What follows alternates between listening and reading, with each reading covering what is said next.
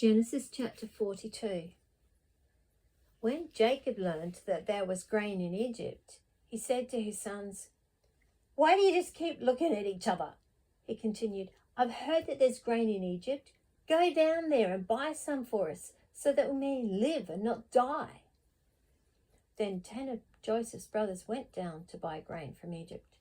But Jacob did not send Benjamin, Joseph's brother, with the others because he was afraid that harm might come to him. So Israel's sons were among those who went to buy grain, for the famine was in the land of Canaan also. Now Joseph was the governor of the land, the one who sold grain to all its people. So when Joseph's brothers arrived, they bowed down to him with their faces to the ground. As soon as Joseph saw his brothers, he recognized them, but he pretended to be a stranger and spoke harshly to them. "Where do you come from?" he asked. "From the land of Canaan," they replied, "to buy food." Although Joseph recognized his brothers, they did not recognize him. Then he remembered his dreams about them and said to them, "You are spies. You've come to see where our land is unprotected." "No, my lord," they answered. "Your servants have come to buy food. We are all the sons of one man. Your servants are honest men, not spies."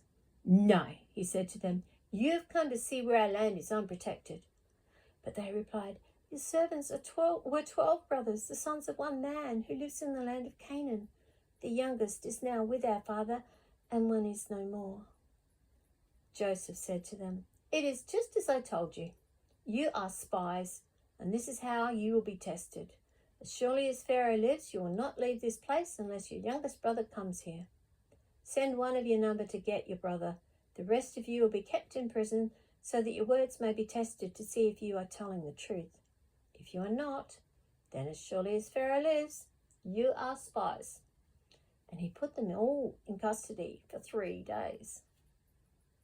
On the 3rd day, Joseph said to them, "Do this and you'll live, for I fear God.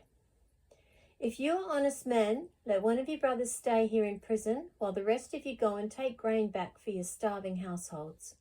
But you must bring your youngest brother to me, so that your words may be verified and that you may not die." This they proceeded to do. They said to one another, "Surely we're being punished because of our brother.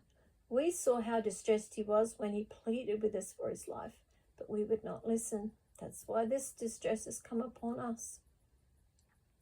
Reuben replied, "Didn't I tell you not to sin against the boy? But you wouldn't listen. Now we must give an accounting for his blood." They did not realize that Joseph could understand them, since he was using an interpreter. He turned away from them and began to weep, but then turned back and spoke to them again. He had Simeon taken from them and bound before their eyes. Joseph gave orders to fill their bags with grain, to put each man's silver back in his sack, and to give them provisions for their journey. After this was done for them, they loaded their grain on their donkeys and left. At the place where they stopped for the night, one of them opened his sack to get feed for his donkey, and he saw his silver in the mouth of his sack. "My silver has been returned," he said to his brothers. "Here it is in my sack." Their hearts sank, and they turned to each other trembling and said, "What is this that God has done to us?" When they came to their father Jacob in the land of Canaan, they told him all that had happened to them. They said, "The man who is Lord over the land spoke harshly to us and treated us as though we were spying on the land.